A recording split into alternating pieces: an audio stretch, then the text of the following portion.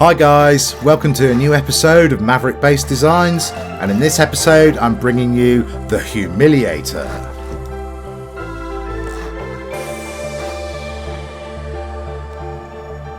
Now what I'm going to be showing you here is how to make your starter. It's not the most ideal starter and it might not suit some of you, so you might need a separate starter base and then work from that to build this.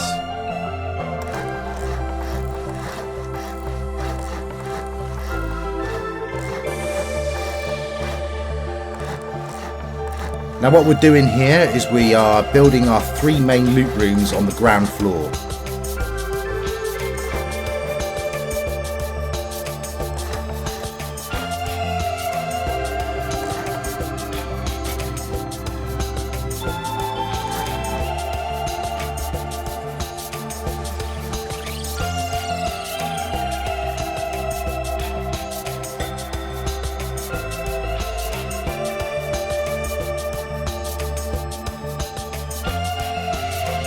Now once we've got those loot rooms completed, we can then honeycomb in between, and where it's metal I'll be laying metal, and where I lay stone can be left stone.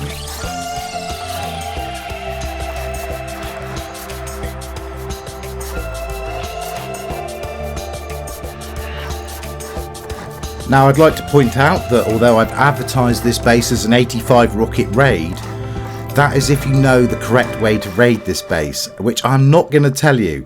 Most people are going to start wasting at least 100 plus rockets on this base. Also, I'd like to point out that although I do encourage people to tinker around and add some additions to my concepts, this is not a concept. This is design that I've been working on for probably the last 3 years on and off. And if you go messing with anything on here, it's going to start causing you problems later on in the build. Now once you've completed the honeycomb and capped it off, we can then move to the honeycomb on the outside.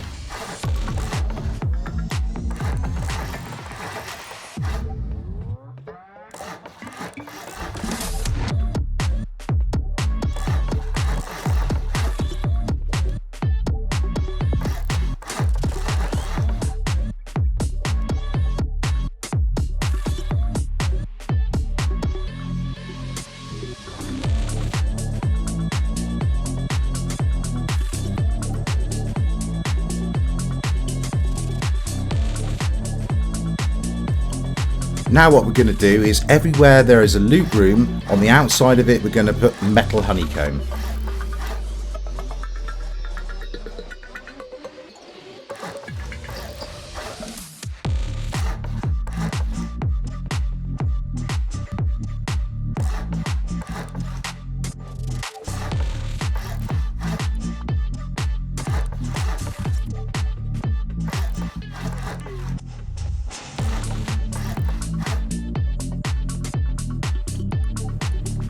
Now where there isn't a loot room, we're going to be placing stone honeycomb, and the reason for this is if the raider does select this side to raid from, there's plenty of honeycomb further in and further out. Basically it's a complete path to the core of honeycomb, so this doesn't really need to be metal.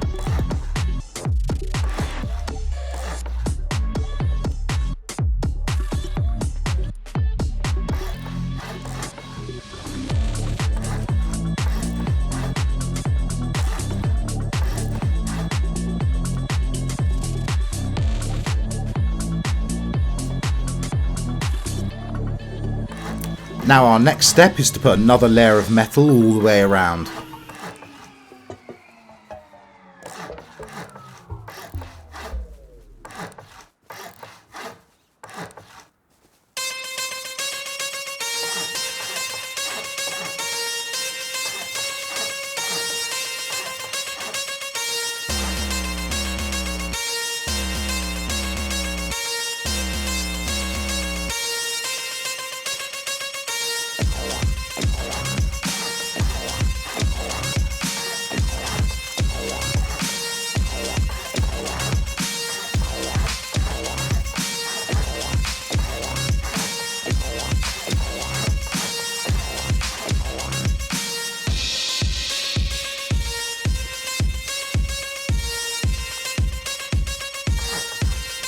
And now we're ready for the final layer of stone honeycomb, And when you're laying the triangle foundations for this, you don't need those foundations that are touching the base.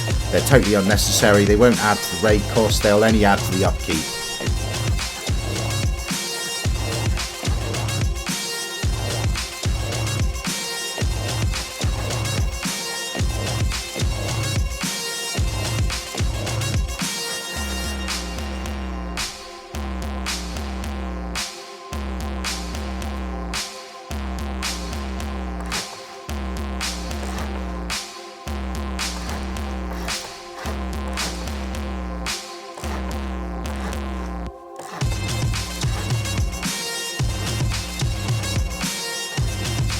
This base does not need skins, however it does look better if you do have them, but nothing about this base requires you to have skins for something to work on it.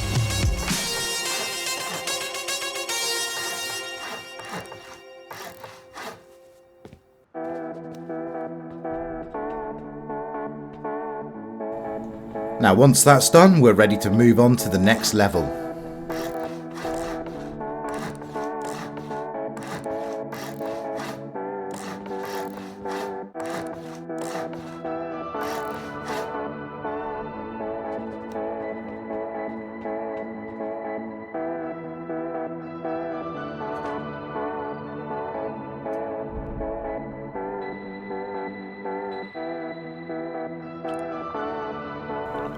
Now we're adding the core honeycomb, and as you can see, this is to divide the loot rooms and prevent splash damage between them.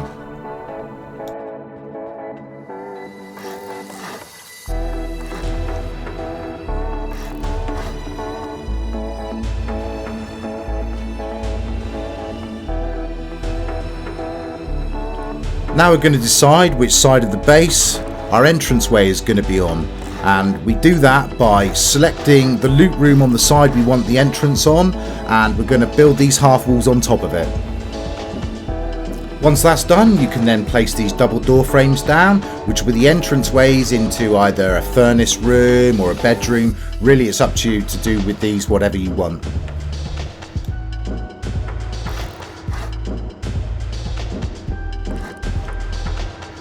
I'm now placing walls to make the loot rooms for the 3 main loot rooms on this level.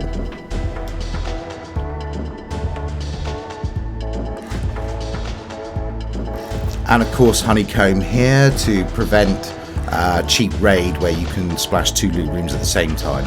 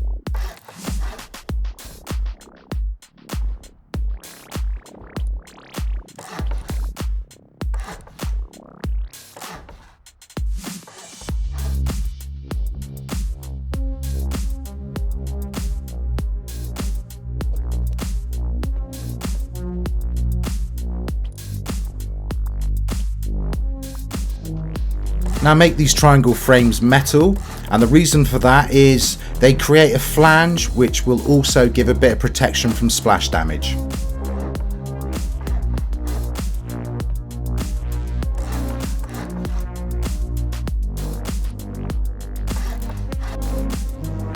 We're now ready to put in our first floating stability bunker.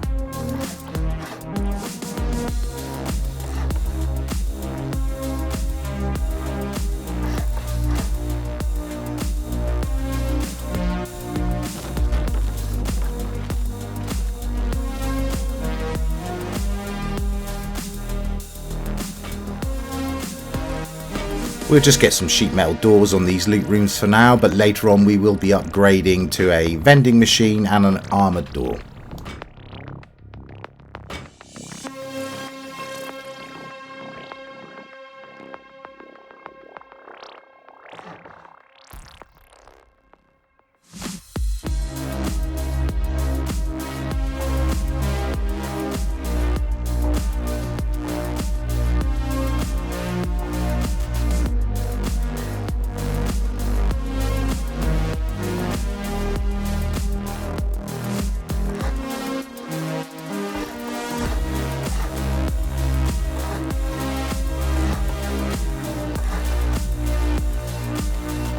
Now on the same side that we've got this bunker, we're now going to put an entrance on the same side, and that entrance is going to be a triangle ladder hatch, so we're going to put a frame in just there.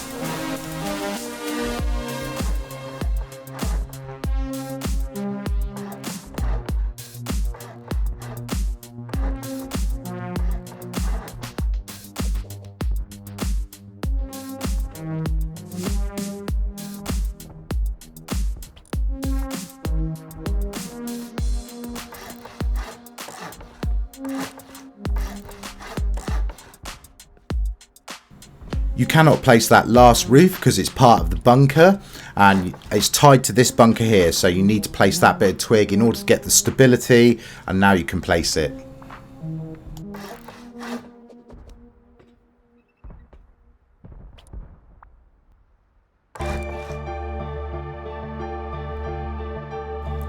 We're now ready for the placing of our second floating stability bunker.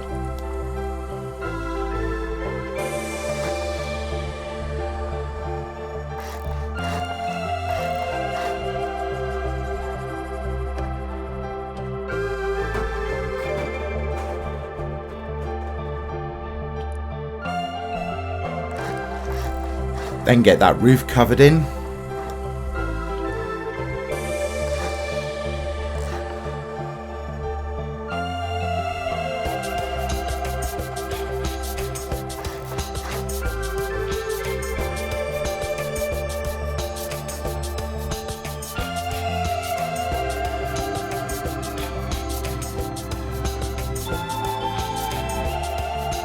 Now it's time to finish off the slope roof honeycomb on the outside of the base.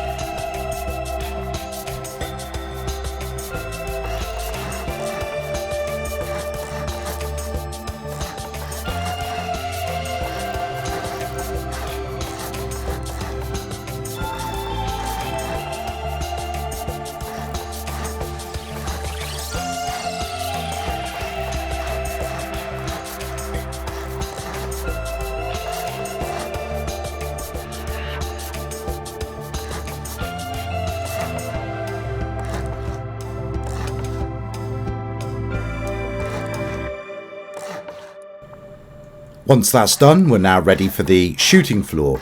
And don't forget, this shooting floor is behind a bunker, so this is actually a bunkered shooting floor.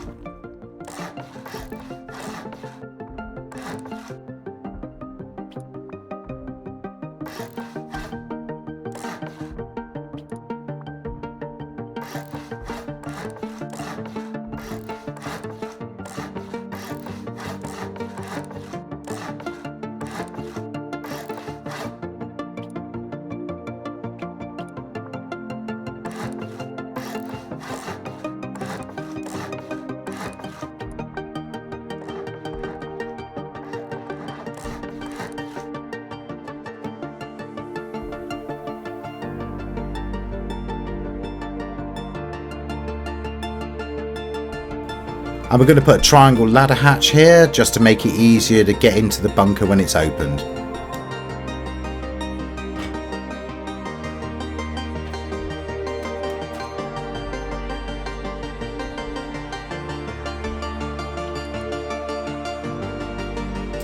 These two door frames are here to prevent splash damaging, but at this moment in time they don't need to be high quality, they can just be left stone or metal.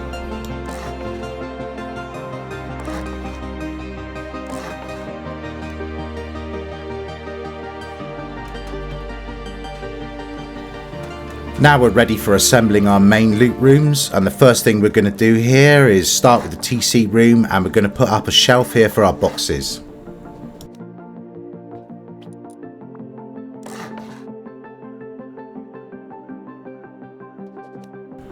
Now because this is the TC room, we will armour these two back walls. We won't do that in the others. But what we will do in all the others is armor this triangle bit, and make sure you do that in every single one of the loot rooms downstairs. Now, I know a lot of you are really worried about using vending machines because if you place them wrong, you've griefed yourself and you can't pick them back up again. But really, it's not that scary. What I'm doing here is I'm using flippers to make smaller steps, and I'm also crouching. And it's just a case of lining up the front of that vending machine with the threshold of the doorway. Once those two things are in a line with each other like this, you can then place the vending machine and the job is done. If you do make a mistake, however, and there's a gap there that when the vending machine is placed and you can still see the boxes, don't worry, just make sure you lock all your boxes and then they become unlootable, because although they can't loot the boxes, they might be able to destroy them, but the loot bags that fall out are well out of the reach of any raider that's the other side of the vending machine. And here I'm just showing you how you can remove the glass window off the TC, replace it and repair it through that gap. Now, whilst I'm laying these other vending machines, I'd like to point out that a vending machine bunker can always be closed. Every time you use it, it's simple enough to close. You don't even need a hammer on you. You can rotate the vending machines without a hammer. So you can just walk up to a loot room completely naked from spawn, and you can just access your own loot rooms and close them up behind you as well, which is a great thing because a lot of bunkers loot rooms require you to actually seal them back up with metal frags and all that kind of thing.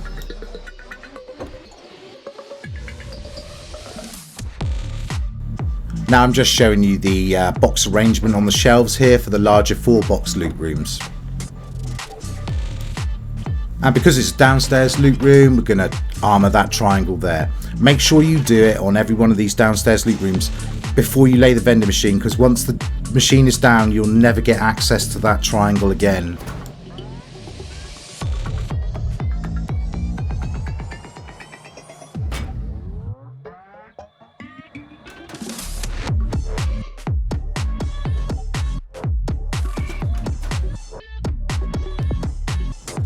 Now these 3 loot rooms at this end are a little bit close together, so what we're going to do is armor this up, and this will prevent any splash damaging now between that top loot room and the 2 loot rooms underneath.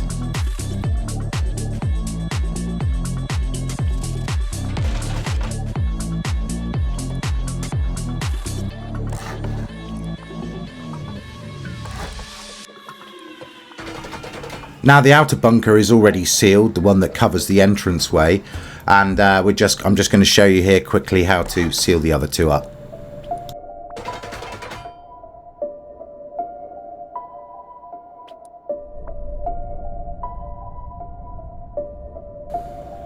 Now by removing that twig, we've taken out the outside bunker there, so you can see the entrance, and we also got rid of the internal floating stability bunker at the same time.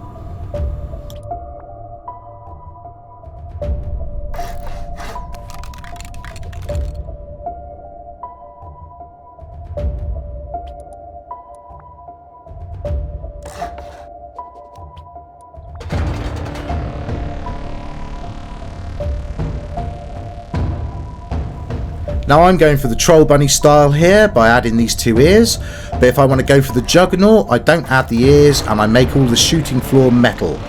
It'll add an extra 1000 metal frags to the upkeep, but it'll also increase the raid cost by a further 4 rockets.